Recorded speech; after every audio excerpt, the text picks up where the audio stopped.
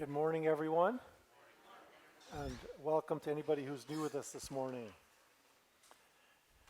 I frequently emphasize the importance of reading the Bible, but in addition to the importance of reading the Bible, it's also very important to look at the nuances and the details in the text that we're reading. Every Sunday, we have two texts, one from either the letter of St. Paul or the Acts of the Apostles, and the other from one of the four Gospels. And very often, these texts are placed next to each other because there's either some overarching theme or a point that is reinforced in either the first or the second reading. In addition to looking at the nuances and the details, it's quite okay to ask questions. To ask as many questions as you want. Questions that you may have, especially questions that relate to something that you may find strange, odd, or a little inconsistent with the way that we as 21st century people see a text. And then from there, it's always important to try to summarize some themes of the readings that we have before us, and to pull out from it a purpose. Why did St. Paul or the evangelist spend their time writing what they wrote? And related to that, why are we reading it 2,000 years from now? So that is a lot to unpack, but that shows us, first of all, the importance of reading the Bible on a regular basis, but then also reading the Bible slowly and looking at all these nuances and details, and then pulling out from them some points and purposes. Myself, when reading this epistle of the letter of St. Paul to the Romans and the Gospel of Matthew, I found four themes that were repeated in several ways. One is that Jesus engages all our senses and our emotions. And second, Jesus invites us to assist each other, to be there for each other. And third is that we all, as a community, have what we can call codependent gifts. In other words, you might have a gift that your husband or wife or children don't have, and in other members of the community, somebody might have a gift that he or she is very strong at that you may not have. You can be a great singer. Somebody else might not be a good singer, but might spend more time in prayer. They might be a good reader. Somebody might like hospitality. Somebody might like to teach.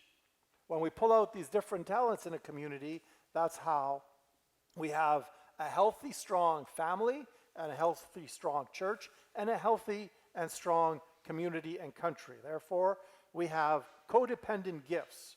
And fourth, we use these gifts when we discover them and when we develop them to assist others.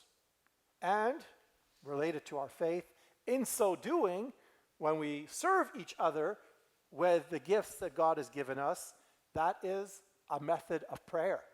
That is how we glorify God. We glorify God in our life, in our actions, in our works. That's a brief summary. If I had just stopped there and let that go, that would have been good enough. But let me unpack these beautiful readings today and how I got to those 4 points. And in particular, I want to start with the fact that there is a lot happening specifically in this gospel. And to notice some of the oddities that lead us to the first point, that Jesus wants us to engage our senses. The first verse is from 27, Matthew 9, verse 27. Matthew tells us, as Jesus passed on from there, 2 blind men followed him, crying aloud, "Have mercy on us, Son of David." This phrase should evoke a few questions in our mind. How did 2 blind men follow Jesus? They didn't see him. How could they have followed him? There are actually 3 very important nuances here. First, they must have heard of others being healed by Jesus before that particular encounter. In other words, they must have heard of the importance of Jesus and have been convinced in their heart that we wish we were able to meet this man Jesus in order to be healed by him. They had an opportunity to really be convinced from what others in the community had been speaking about Jesus. And second, they must have really wanted, they first must have heard of Jesus from others. Second, they must have wanted to eventually meet him. And third, they were convinced that he would help them. They couldn't see, and this is another important nuance of the story, there was something they did not have. They weren't gifted with the gift of sight. But the Gospel of Matthew tells us they still had sense. The fact they didn't have something didn't mean they had nothing. They still had the sense to be attentive to their surroundings. And that is why that although they didn't hear Jesus because he wasn't speaking, Jesus was walking. Another very important nuance in this text. How do we know that Jesus wasn't speaking among the crowd?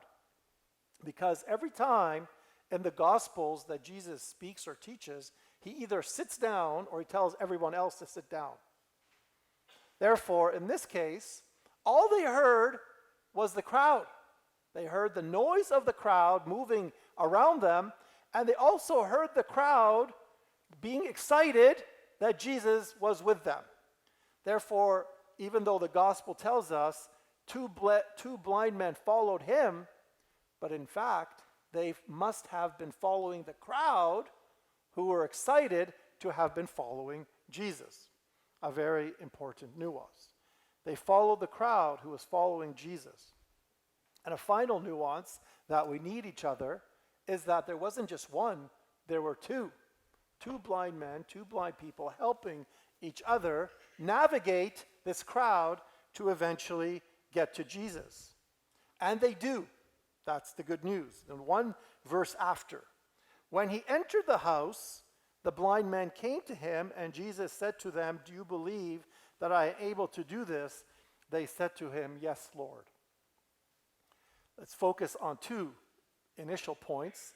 One is that they were so persistent that they entered the same house that Jesus entered into, not the entire crowd. It was impossible for an entire crowd to enter the house. So not only did they first follow Jesus through the crowd and with the crowd, they actually even moved the crowd aside to be sitting right at Jesus' side. And second, this point of the house. Who enters your house? Someone who is a family member, someone who is a friend, and someone whom you want to talk to on a personal and intimate basis. They came to him and entered the house. And still at this phase of the gospel, they still didn't see Jesus. But now, from hearing the crowds, they begin to hear Jesus himself as he says to them, "Do you believe that I am able to do this?" First, Jesus did not see them, and they did not see him. But now they still don't see Jesus, but they hear Jesus, and they hear Jesus' words.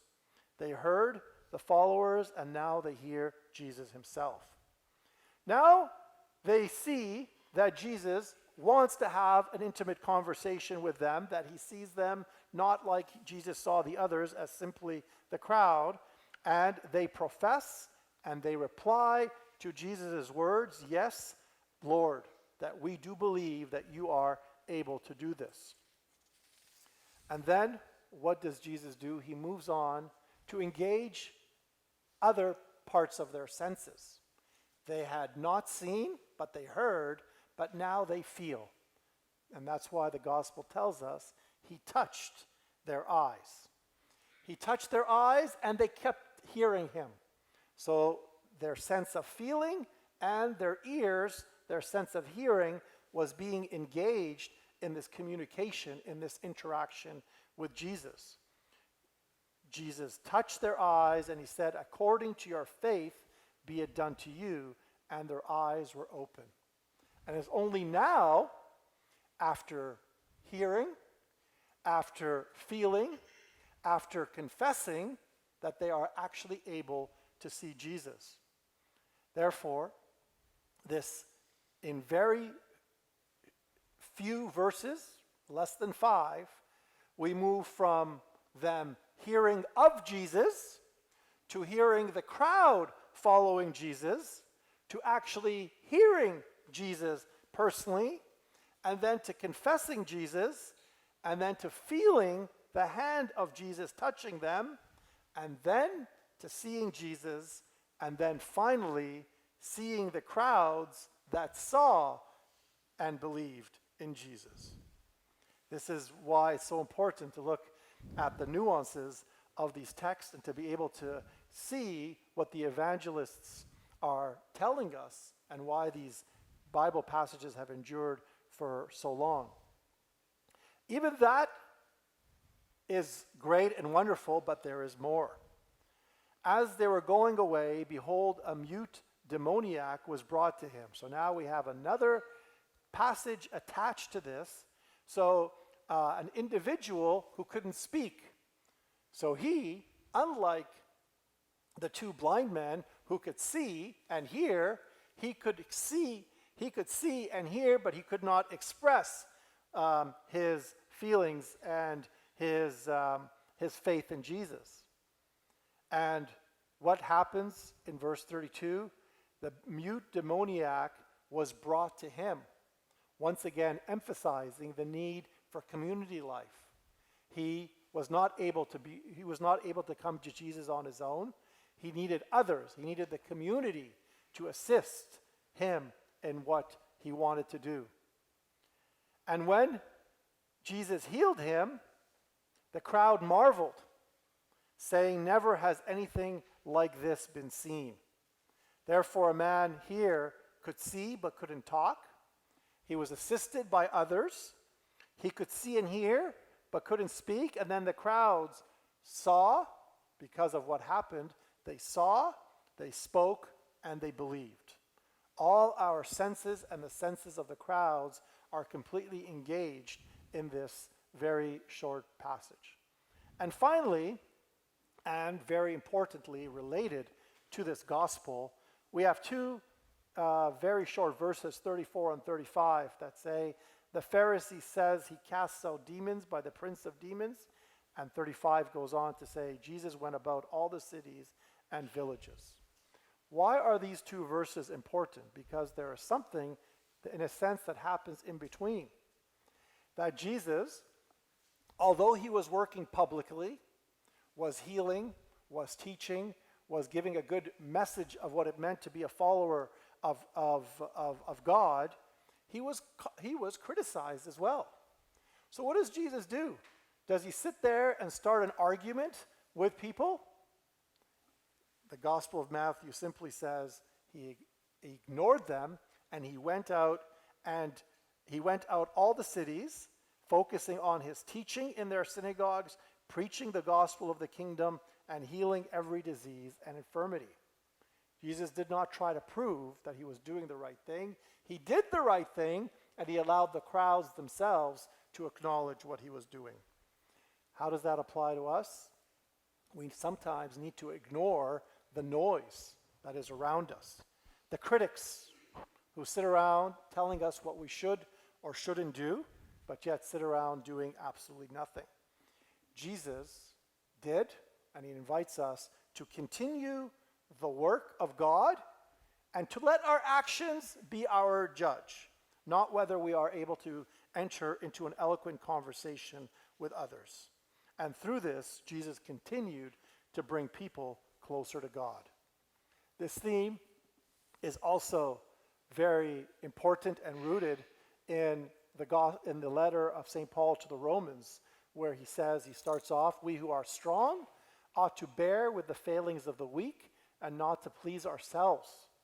So in this section, St. Paul reminds us, as I mentioned before, that we have strengths and weaknesses, and that others also have strengths and weaknesses, but that Christ, as our role model of humility and service, reminds us that those strengths are for others, and whatever weakness we have, in community, in communion, and in humility, others fill in the weaknesses that we have.